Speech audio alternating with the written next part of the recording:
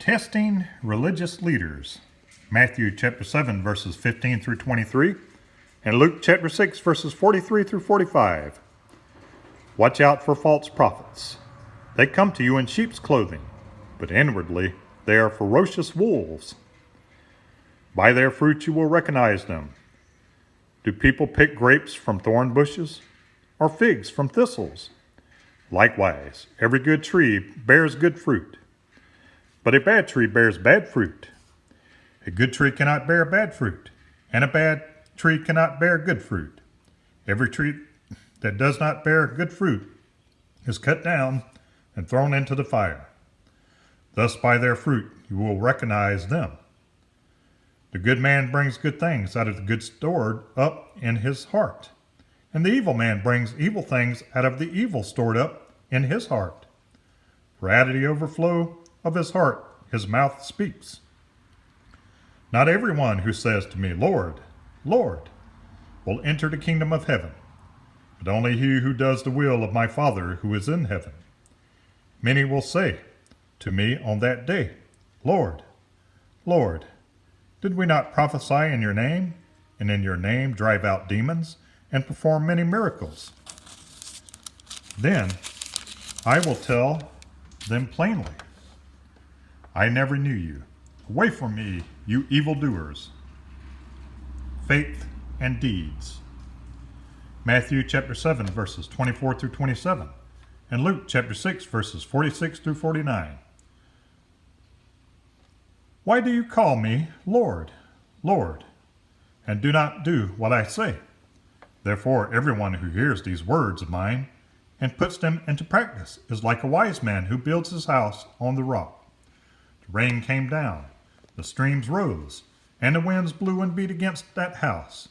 Yet it did not fall because it had its foundation on the rock. But everyone who hears these words of mine and does not put them into practice is like a foolish man who built his house on sand. The rain came down, the streams rose, and the winds blew and beat against that house, and it fell with a great crash. Crowd is astonished. Matthew chapter 7 verses 28 and verse 29. When Jesus had finished saying these things, the crowds were amazed at his teaching, because he taught as one who had authority, and not as their teachers of the law. The ministry continues. Such perspective and authoritative teaching has obviously won the attention of the multitudes, who have long been disillusioned by the empty ritualism and superficiality of their present religious system. As Jesus' fame continues to spread, John the Baptist sends a message to Jesus asking for final confirmation on his messiahship. John is perhaps sensing an impending death and undoubtedly wants to reassure himself that his own ministry has not been in vain. Jesus sends a message of reassurance and praises John for his courage and dedication as a servant of God. No doubt by this time the religious leaders are also becoming increasingly aware of Jesus' extraordinary power. Instead of accepting it as divine, they accuse Jesus of having power from Satan. What follows is a scathing rebuke of the Pharisees for their disbelief and hypocrisy, and an urgent call for repentance. The events leading to this confrontation begin to unfold as Jesus makes his way from the mountain back to Capernaum. Matthew chapter 8 verses 5 through 13 and Luke chapter 7 verses 1 through 10. Centurion's slave healed. When Jesus had finished saying all this in the hearing of the people, he entered Capernaum. There a centurion's servant, whom his master valued highly, was sick and about to die. The centurion heard of Jesus and sent some elders to the Jews to him, and asking him to come and heal his servant. When they came to Jesus, they pleaded earnestly with him, This man deserves to have you to do this because he loves our nation and has built our synagogue. So Jesus went with them. He was not far from the house when the centurion sent friends to say to him, Lord, don't trouble yourself, for I do not deserve to have you come under my roof. That is why I did not even consider myself worthy to come to you. But say the word, and my servant will be healed.